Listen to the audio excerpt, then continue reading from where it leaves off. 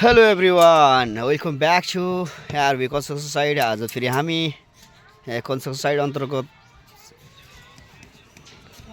रडको काम गरेर आएको देख्न सक्नुहुन्छ। यहाँ हामीले चाहिँ यहाँ यो बिमको काम सकिसकेका छौँ। देख्न सक्नुहुन्छ यहाँ चाहिँ बिम बाँडेर पनि कम्प्लिट भइसकेको छ। यो चाहिँ 1000 स्क्वायर फुट अन्तर्गत रहेको आवश्यक घर हो। यहाँ चाहिँ यसमा चाहिँ 12वटा कोलम रहेको छ भने कोलमको साइज चाहिँ तपाईँको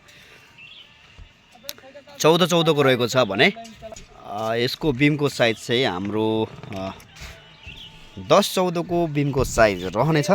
यहाँ देख्न सक्नुहुन्छ यो 10x14 को यो बिम रहेको छ भने बिममा चाहिँ सरिया यहाँ देख्न सक्नुहुन्छ यो चाहिँ 16 अनि यो 12 16 को 4वटा डन्डी र 12 को एउटा डन्डी तल एउटा डन्डी माथि देख्न सक्नुहुन्छ गरेर 6वटा डन्डी चाहिँ कोलममा राखिसकेका देख्न सक्नुहुन्छ भने लगत्तै त्यसपछि चाहिँ कोलममा चाहिँ तपाईँको पनि 8वटा डन्डी रहेको छ जसमा चाहिँ 16 को 8वटा अथवा कुनै कोलममा चाहिँ 20 को र 16 को देख्न सक्नुहुन्छ। यो चाहिँ स्ट्रक्चर एनालाइसिस गरिसकेपछि हामीले चाहिँ सफ्टवेयरमा हाल्दाखेरि कुन ठाउँमा चाहिँ कुन कुपिल राख्दाखेरि ठिक हुन्छ भनेर चाहिँ यो त्यही अनुसारले डिजाइन गर्नुभन्दा अगाडि चाहिँ हामीले त्यसरी नै राख्नुपर्ने हुन्छ। यो ठाउँमा कुनै ठाउँमा चाहिँ 16 र 20 को सरिया छ भने चाहिँ कुनै ठाउँमा 16 को गरेर 14वटा कोलम रहेको छ। यस पिल्लरको यो सरियामा चाहिँ साइजको डिफ्रेन्ट किन हुन्छ भन्ने कुरा चाहिँ तपाईँलाई म सानो एउटा दिन्छु। जस्तो यो कोलमबाट यो कोलमको डिस्टेन्स को लेन्थ जति छ त्यही अनुसारको डिभाइड गरेर चाहिँ कति आवश्यकता पर्छ, यसले चाहिँ कति लोड लिन्छ, त्यो लोड लिने भएको जति आवश्यकता लोड लिन्छ, जति बढी लोड पर्छ त्यो लोड बढी पर्ने ठाउँमा यसरी सामान्य भाषामा बुझ्दाखेरि जहाँ धेरै लोड पर्छ त्यो ठाउँमा चाहिँ सरियाको यो साइज बढाएर राखिदिएको छ। यहाँ 20 र 16 को छ भने अब जुन ठाउँमा चाहिँ लोड कम पर्छ, यहाँ देख्नुहुन्छ लोड कम पर्ने ठाउँमा चाहिँ यसमा चाहिँ 16 को सरिया मात्रै छ। यसमा 8वटा 16 को सरिया देख्न सक्नुहुन्छ। यसै गरी चाहिँ डिभाइड गरेर प्रत्येकमा लोड बढी बढ्ने ठाउँमा चाहिँ 16 र 20 को छ, अब कुनैमा 16 को छ हैन भने कुनैमा चाहिँ 20 को मात्रै पनि छ है त। यसरी चाहिँ डिभाइड गरेर राखेको छ। यसरी डिभाइड गरेर राख्नु पर्ने पनि हुन्छ है त। यो चाहिँ स्ट्रक्चर एनालाइसिस गर्दाखेरि रहन गएको भन्ने बुझ्नुहोस् तपाईँहरू। लगतै यहाँ देख्न सक्नुहुन्छ अब चाहिँ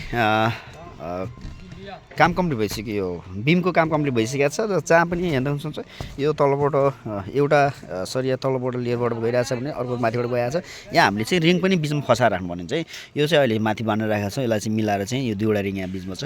जहिले पनि हामीले यो बाँध्नुभन्दा अगाडि चाहिँ जहिले पनि यो बिचमा चाहिँ रिङ अनिवार्य रूपमा चाहिँ राख्नुपर्ने हुन्छ। यसलाई चाहिँ ख्याल प्रत्येक उसमा चाहिँ ख्याल पुऱ्याउनु पर्ने हुन्छ। देख्नुहुन्छ प्रत्येकमा चाहिँ दुईवटा रिङ चाहिँ यहाँ देख्नुहुन्छ। यो चाहिँ अहिले हामीले अडाएर राखेको छौँ। यसलाई चाहिँ पछि तलमाथि डिस्टेन्स सापेर साइजमा राखेर चाहिँ बिचमा चाहिँ अनिवार्य रूपमा रिङ, किनभने त्यसले चाहिँ यो 20 को सरिया जुन अब तपाईँको यहाँ माथि सरिया हुन्छ, यहाँ सरिया हुन्छ, बिचमा खाली हुन्छ, ग्याप पनि हुनु भएन क्या, यत्रो डिस्टेन्स ग्याप हुनु भएन। यसलाई चाहिँ फेरि रिङ चाहिँ अनिवार्य रूपमा राख्नुपर्ने हुन्छ है त।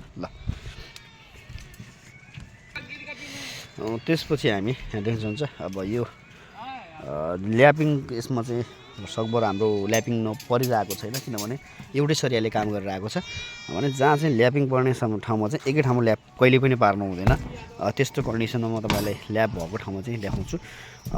यहाँ चाहिँ लगभग एउटै सरियाले गरेर पुगिरहेछ भनेपछि जहाँ पुगिरहेको छैन त्यो कन्डिसनमा कस्तो गर्नुपर्छ भनेपछि तपाईँलाई म ल्याप देखाउँछु। यहाँ देख्न सक्नुहुन्छ तपाईँले अब ल्यापको सरिया चाहिँ एकै ठाउँमा चाहिँ यो ठाउँमा चाहिँ कम बढी भयो, यो ठाउँमा चाहिँ पुगिरहेको छैन, जसले गर्दाखेरि चाहिँ ल्यापको सरिया चाहिँ देख्नुहुन्छ एउटा तल राखेको छ भने एउटा चाहिँ माथि राखेर चाहिँ ल्याप राखेर चाहिँ यसलाई चाहिँ बाँधिएको छ। यहाँ देख्नुहुन्छ है यसको ल्यापको साइज पनि तपाईँको 2.5 देखि 3 फुटभन्दा बेसी नै राखेको छ है ल्यापको साइज। त्यहाँदेखि यहाँसम्म एकै ठाउँमा चाहिँ हामीले ल्याप कहिले पनि गर्नु हुँदैन। ल्यापलाई चाहिँ जहिले पनि क्रस गरेर अनि उता दुईतिर छेउ पारेर ल्याप गर्नुपर्ने हुन्छ। यो पनि ख्याल गर्ने कुराहरू। ल अब चाहिँ हामीले बिमको काम कम्प्लिट गरिसकेका छौँ। अब लगत्तै हामी जालीको काम पनि सुरु गर्छौँ। यसमा चाहिँ हामीले क्रेङ जाली बाँध्ने काम हुन्छ। ल अब जालीको लागि हामीले चाहिँ लाइन खिच्ने काम गरिसकेका छ। यहाँ चाहिँ हाम्रो प्यारो भाइ लाइनिङ लगाउने काम गरिरहेको छ। कति इन्चीमा लगाएको छ रे?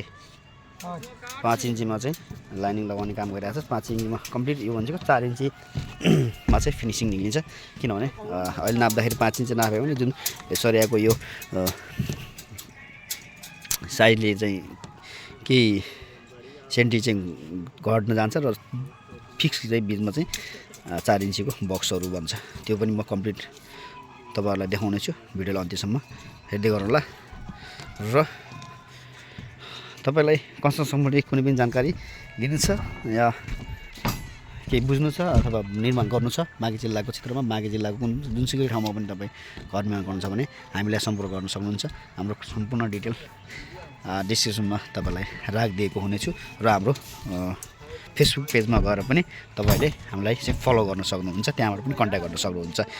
अहिलेलाई चाहिँ अर्को नेक्स्ट भिडियोमा फेरि तपाईँहरूमा आज आइदिइराखेको छु।